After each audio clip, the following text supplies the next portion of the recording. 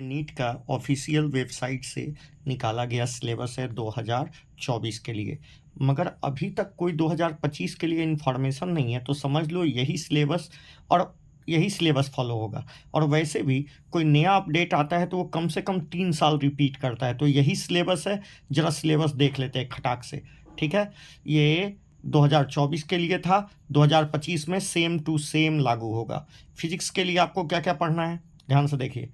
Unit and dimension, physics में physics and measurement, जिसको आप यूनिट एंड डायमेंशन कहते हो, देख लीजिए ध्यान से।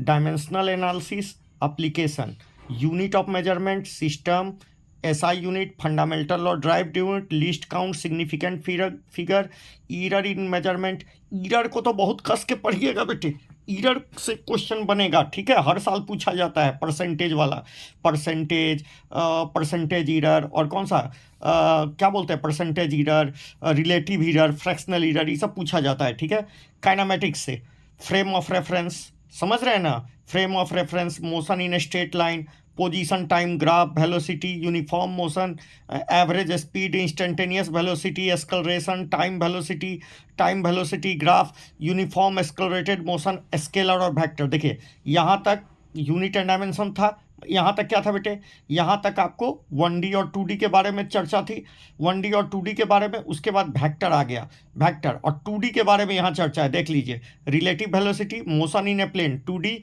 Projectile motion, uniform and circulatory motion. तो देखिए यहाँ से यहाँ तक 1D था, उसके बाद वेक्टर और स्केलर पढ़ाया इसने, उसके बाद रिलेटिव वेलोसिटी मतलब 2D पढ़ाया, उसके बाद मोशन इन ए प्लेन पढ़ाया, और उसके बाद वही प्रोजेक्टाइल मोशन और सर्कुलर मोशन भी पढ़ा दिया। ठीक है, अब आइए लॉज ऑफ मोशन, जिसको एनएलएम बोलते हो आप। वही क्या क्या पढ़ना है, force and inertia, Newton's law of motion,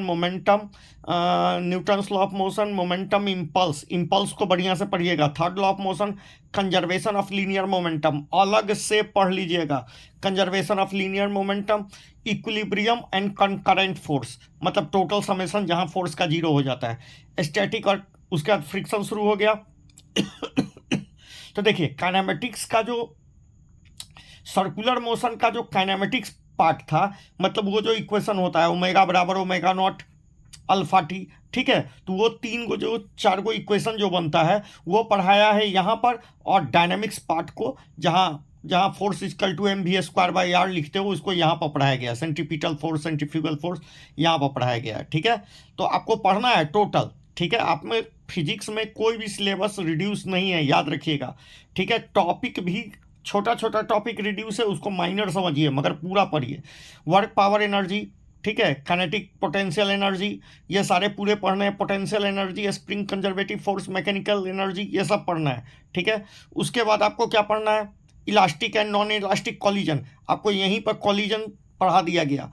तो कॉलिजन पढ़ा दिया गया, इसका मतलब आपको COM भी यहीं पढ़ा दिया गया। ठीक है, centre of mass.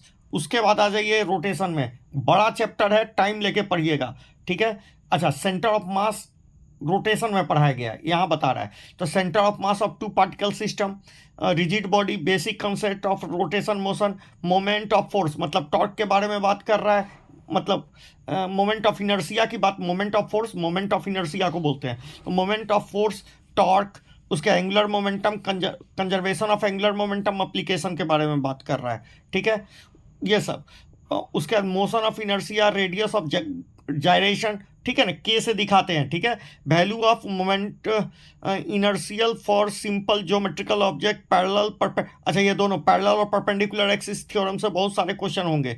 Equilibrium of rigid body rotation, ये सब आपको पूरे के पूरे पढ़ने हैं। ठीक है, अगला ग्रेविटेशन की बात करें तो ग्रेविटेशन तो आसान चैप्टर है बेटा, ग्रेविटेशन तो आसान चैप्टर है। Gravitation, acceleration due to gravity, छोटका जी, एल्टीट्यूड, डेप्थ पर जो फार्मूला आता है वो वाला। ठीक है ना, उसके बाद अच्छा ये बताइए, ऊपर और नीचे जाने पर जोनों पर जी का मान घटता है। उसके केपलर लॉ पर 3 गो थ्योरी था, 3 गो इसका लॉ था। ठीक है, वो तीनों पढ़ लीजिएगा। Gravitational potential energy, gravitational potential, escape velocity, ठीक है, satellite orbit, time period of satellite, पूरा पढ़ना है बेटे। प्रॉपर्टीज ऑफ सॉलिड बढ़िया से, स्ट्रेन, स्ट्रेस, हुक्स लॉ, ये सब, Young's modulus, bulk modulus, modulus of rigidity, pressure due to fluid column, ये सब। अच्छा, इसी में फ्लूइड भी पढ़ा दिया, विस्कोसिटी पढ़ा दिया, मतलब बहता हुआ और रुका हुआ पानी दोनों पढ़ा दिया आपको। इसी में बहता हुआ रुका हुआ पानी पढ़ा दिया, मतलब सरफेस टेंशन वगैरह भी पढ़ा दिया, ठीक है। कैपिलरी एक्शन भी पढ़ा देगा। Heat, temperature, expansion, space. अच्छा, यहीं पर हीट भी घुसेरा, यहीं पर आपको हीट भी, लेटेंट हीट, कंडक्शन वगैरह पढ़ लेना है। मतलब बेसिक जो हीट में 3 चैप्टर आपको पढ़ने होते हैं ना, तो बेसिक जो कैलोरीमेट्री है वो यहीं पढ़ना है, ठीक है। कैलोरीमेट्री पढ़ जाना है, कैलोरीमेट्री के बारे में सिलेबस बात कर रहा है। उसके बाद थर्मोडायनेमिक्स, ये तो आप हर जगह, zeroth law, first law, second law, third law, work, third law, heat, work, internal energy, first law of dynamics और सेकेंड लॉ। थर्ड लॉ आपको सिलेबस में नहीं है, मगर पढ़ लीजिएगा, कहीं ना कहीं काम करता है, कुछ है नहीं, स्टेटमेंट है, ठीक है, ठीक है, स्टेटमेंट है बस। काइनेटिक थ्योरी ऑफ गैस, ये आप कहीं ना कहीं देखिए, kinetic of theory of gas कहाँ, केमिस्ट्री से डिलीट है मगर फिजिक्स में है, देख रहे हैं ना। तो equation of A state of perfect gas, work, power, energy, compression, work done on compression. अच्छा, यहाँ पर जो वर्क डन का जो फॉर्मूला आता है वहाँ से थोड़ा सा निगेटिव और पॉजिटिव का अंतर है, ठीक है, थर्मोडायनेमिक्स में। काइनेटिक थ्योरी ऑफ एजम्पशन, ठीक है, और concept of pressure, kinetic interpretation of RMS velocity, degree of freedom, equipartition of energy, ठीक है। उसके बाद मीन फ्री पाथ है, वोगाड्रो नंबर, ये सब पढ़ लीजिएगा। उसके बाद आता है वेव्स, ठीक है, ऑसिलेशन एंड वेव्स, मगर इसको पढ़ने से पहले एसएचएम जरूर पढ़ लीजिएगा। Oscillation of time period, simple time frequency, time function, periodic function, simple harmonic, देख रहे हैं ना, सिंपल हार्मोनिक मोशन के बारे में बोल दिया। तो पहले सिंपल हार्मोनिक मोशन, उसके बाद अच्छा इसमें सिंपल पेंडुलम पढ़ना है, कंपाउंड पेंडुलम भी पढ़ लीजिएगा। हम तो बोलेंगे सिंपल के बाद कंपाउंड भी पढ़ लीजिएगा। वेव मोशन, लॉन्गिट्यूडनल और transverse wave, wave displacement of progressive wave, principle of superposition of wave, reflection of wave. अच्छा, ऑर्गन पाइप्स पढ़ लीजिएगा, फंडामेंटल और हार्मोनिक बीट्स पढ़ लीजिएगा, ठीक है। चलिए, अब आते हैं 12th के सिलेबस पर। ये हो गया 11th का। इलेक्ट्रोस्टैट तो बेसिक चैप्टर है बेटे, कुलम्स लॉ वगैरह पढ़ लीजिएगा अच्छे से। Electric charge, conservation of charge, Coulomb's law, ये तो पढ़ना ही है। Electric field, electric potential energy, पूरा का पूरा सिलेबस में है, हम बता दिए सिलेबस में क्या क्या है। अच्छा, वही फ्लक्स है, गॉस थ्योरम है, यूनिफॉर्मली चार्ज प्लेन शीट, ठीक है, स्फेरिकल, थीन स्फेरिकल सेल, इलेक्ट्रिक पोटेंशियल पढ़ना है, इलेक्ट्रिक पोटेंशियल एनर्जी पढ़ना है, इक्वी पोटेंशियल सरफेस पढ़ना है, इलेक्ट्रिक पोटेंशियल एनर्जी पढ़ना है, 2 पॉइंट चार्ज और डाइपोल मोमेंट ऑफ ये पढ़ना है। कंडक्टर और इंसुलेटर तो आपको पढ़ना ही है, क्योंकि कैपेसिटर पढ़ना है, ठीक है, क्योंकि कैपेसिटर इसी में पढ़ना है बेटे, ठीक है। पैरेलल प्लेट कैपेसिटर, ठीक है, एनर्जी स्टोर्ड यहाँ लिख दिया ना, पैरेलल प्लेट कैपेसिटर आपके सिलेबस में है। तो आपके सिलेबस में 2 ही वो है, सिलिंड्रिकल नहीं है, मगर सिलिंड्रिकल का फार्मूला पढ़ लीजिएगा। सिलिंड्रिकल नहीं है मगर सिलिंड्रिकल का फार्मूला पढ़ लीजिएगा। आपके सिलेबस में पैरेलल है और स्फेरिकल है, ठीक है। इलेक्ट्रिक करंट पहले पढ़िएगा, इलेक्ट्रिक करंट बाद में आप कैपेसिटर पढ़िएगा।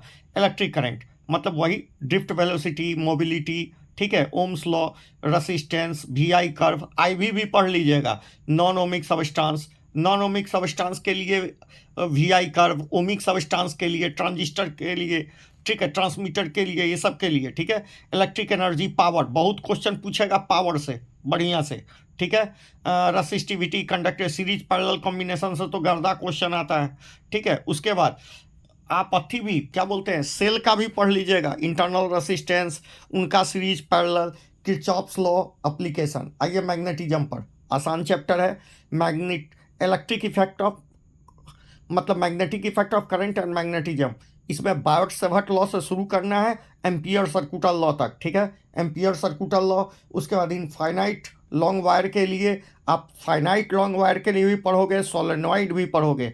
Force on moving charge uniform electric field, ठीक है, तो force on current carrying uniform electric field, ठीक है, करंट कैरिंग पर, ठीक है। उसके बाद कहता है current loop in magnetic dipole and magnetic dipole moment. Current loop, magnetic dipole, bar magnet, solenoid, ये सब पढ़ लीजिएगा। इलेक्ट्रिक डाइपोल, अच्छा, magnetic field due to magnetic dipole, bar magnet के कारण। उसके बाद एक्सिस पर, परपेंडिकुलर एक्सिस पर, ठीक है। टॉर्क भी पढ़ना है। अच्छा, तीनों सब्सटेंस पढ़ने हैं, पैरामैग्नेटिक, डायामैग्नेटिक और फेरोमैग्नेटिक, ठीक है, with example effect of temperature और मैग्नेटिक प्रॉपर्टी, वही ससेप्टेबिलिटी, ये सब, ठीक है। उसके बाद ईएमआई पढ़ना है और अल्टरनेटिंग करंट, आसान चैप्टर है, फराडे वगैरह पढ़ना होगा, लेंज वगैरह पढ़ना होगा। EMI, Faraday law, induced EMF, current, Lenz law, eddy current पढ़ लीजिएगा, सेल्फ और म्यूचुअल इंडक्टेंस। अल्टरनेटिंग करंट में पीक और आरएमएस वैल्यू आपको पढ़ना है, वोल्टेज पढ़ना है, रेसिस्टेंस, इम्पीडेंस, ग्राफ बनेगा, ठीक है। एलसीआर सर्किट पढ़ना है, रेजोनेंस पावर पढ़ना है, in AC circuit, wattless current, एकदम वाटलेस का, कॉस वाला, कॉस 5 वाला, ठीक है। उसका एसी जनरेटर और ट्रांसफार्मर। उसके बाद क्या पढ़ना है बेटे, उसके बाद पढ़ना है, उसके बाद आते हैं इलेक्ट्रोमैग्नेटिक वेव, आसान है, ठीक है।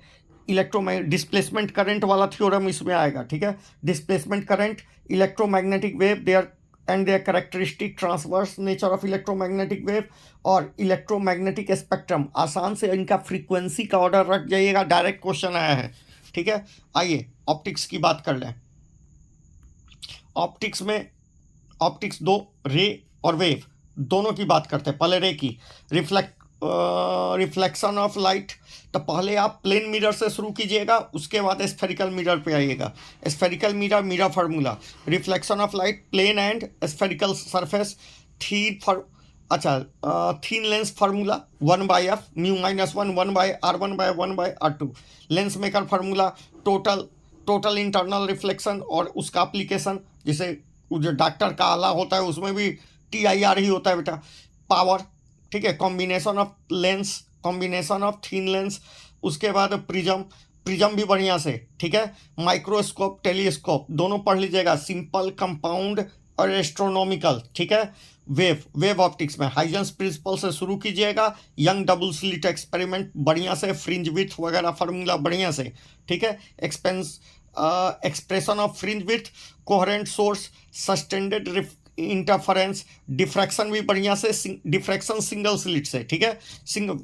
तो width of central maxima, polarisation बढ़िया से, plane polarise light, Brewster law. उसके बाद ब्रिविस्टर लॉ बहुत लोग छोड़ देते हैं, पढ़ लीजिएगा बाबू, और पोलरवाइड भी बढ़िया से पढ़ लीजिएगा। आइए मॉडर्न फिजिक्स की बात करते हैं, आसान है मॉडर्न फिजिक्स।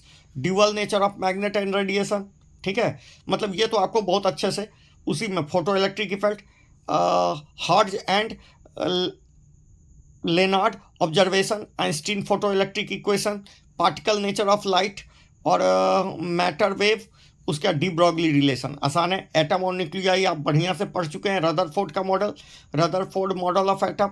इसी में आपको पढ़ लेना है radio activity, Bohr model, energy level, hydrogen spectrum, composition of size of nucleus, atomic mass, mass energy relation, E = mc² वाला, mass defect, binding energy, nucleon और मास नंबर, न्यूक्लियर फ्यूजन और fusion, ठीक है।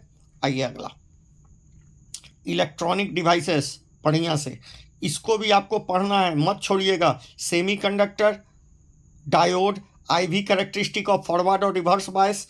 अच्छा, आपको गेट भी पढ़ना है, logic gate, OR gate, NOR gate, सारे पढ़ लीजिएगा बढ़िया। जेना डायोड को तो रटिए जाइएगा, क्वेश्चन आएगा। एक्सपेरिमेंट में क्या क्या पढ़ना है सुन लीजिए बढ़िया से। Vernier calliper, screw gauge, simple pendulum, displacement of energy by plotting graph, ठीक है। मीटर स्केल आप ऊपरे पढ़ लिए होंगे by using principle of moment, ठीक है। यंग मॉडुलस बढ़िया से, surface tension, coefficient of viscosity, speed of sound, ठीक है। आप resistance of a given wire using Ohm's law. उसके बाद आप कुछ नहीं, आप 3 को पढ़ लीजिएगा, ठीक है, ये तीनों पढ़ लीजिएगा। उसके बाद देख लेते हैं और क्या क्या आपको पढ़ना है। रिफ्रैक्शन नहीं, अब कुछ पढ़ने की जरूरत नहीं है। हाँ, एक चीज़, characteristic curve of Zener diode और फाइंडिंग रिवर्स बायस ब्रेकडाउन, इसका कैरेक्टरिस्टिक कर्व होता है वो बढ़िया से, और characteristic curve of PN junction.